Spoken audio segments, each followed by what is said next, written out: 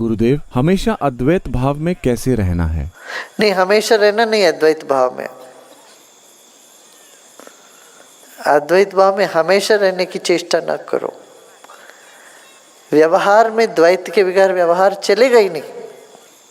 व्यवहार में द्वैत रखो, ध्यान में, विश्राम में अद्वैत भाव में विश्राम करो। बस इतना। जब भी मन विचलित होता है अद्वैत भाव में विश्राम कर लो। ध्यान करोगे तो अद्वैत भाव में करो, पूजा करोगे तो अद्वैत भाव में, बाकी सब व्यवहार में द्वैत। तो अद्वैत भाव में विश्राम, वही ध्यान। मूड मेकिंग नहीं करना चाहिए।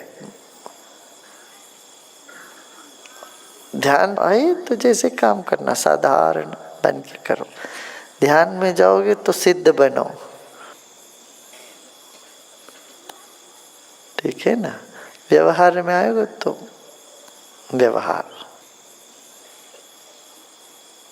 तो हमारी निष्ठा वैसे होनी चाहिए। यहाँ दक्षिण के राजा ने पेठा मंगाया। कहाँ से? आगरा का पेठा तो बड़ा मशहूर है। तो पेठा मंगाया तो फिर उससे उनकी हलवाई ने पेठे का सब्जी, पेठे का सांभार, पेठे का दम मिठाई, पेठे का खीर, सब पेठे का बनाते खिलाया। तो राजा को बहुत अच्छा लगा। उनके साथ जो विदूषक थे, जैसे बीरबल जैसे एक व्यक्ति था, तेनाली रामकृष्ण जैसे, राजा उनके साथ भोजन करते हुए बोले, देखो कितना बढ़िया पेठा है। तो उसने तो उसका गुणगान किया, कविता लिख दी पेठे पर। कद्दू, वो बोले ये कद्दू तो बुद्धत्व के ओर ले जाएगा सबको। कद्दू से बुद्ध बने, कद्दू से सिद्ध बने, कद्दू में सब कुछ है। बहुत उसकी गुणगान करी। राजा बहुत खुश हो गया, देखो आज मैं कद्दू खाया, मैं भी बुद्ध जैसे सिद्ध बुद्ध, इससे कुछ कम नहीं हूँ। बहुत खुश हो गया राजा भी। दूसरे दिन भी बनी कद्दू, तीसरे दिन भी, चौथे दिन भी, पांचवें दिन सब। तब फिर राजा को पसंद आया तो फिर पूछना क्या है। तो पांचवें दिन राजा को चिढ़ा, बोले मेरे को एक कद्दू दिखाना नहीं, कभी मेरा जिंदगी में नहीं देखूं इसको।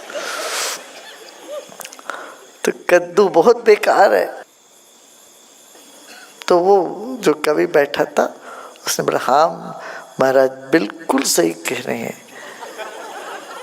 उन्होंने कहा ये कद्दू तो बिल्कुल बेकार है, इसीलिए इसको फोड़ के बाहर फेंकते हैं घर के। वो बलि इसी का देते हैं, क्योंकि इससे भूत प्रेत के लिए बलि देते हैं। कद्दू तो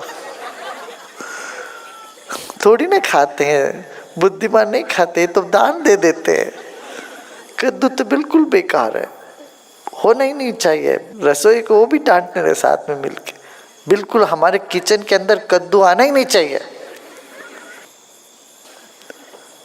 तो जब राजा चिल्ला उल्ला लिया तो थोड़ा फिर बाद में होश आ गया, थोड़ा शांत होने की। जब अपनी मन की बात कह देते, दो चार लोग उसकी सहमति हो जाते तो मन शांत हो जाता है। चलो सब हो गया, काम हो गया लगता है। तो राजा अपने आप ठंडा हो गया, राजा भी ठंडे हो गए। फिर बोले, अरे भाई जरा रुको रुको। उनको बोला, नहीं 5 दिन पहले तुमने कद्दू से बुद्ध बने, सिद्ध बने सब बोला, अब तू बोल रहे कद्दू तो प्रेत भूत के लिए, भूत प्रेत के लिए। बोला, जी हुजूर साहब हम तो सेवक आपके हैं, कद्दू के नहीं है।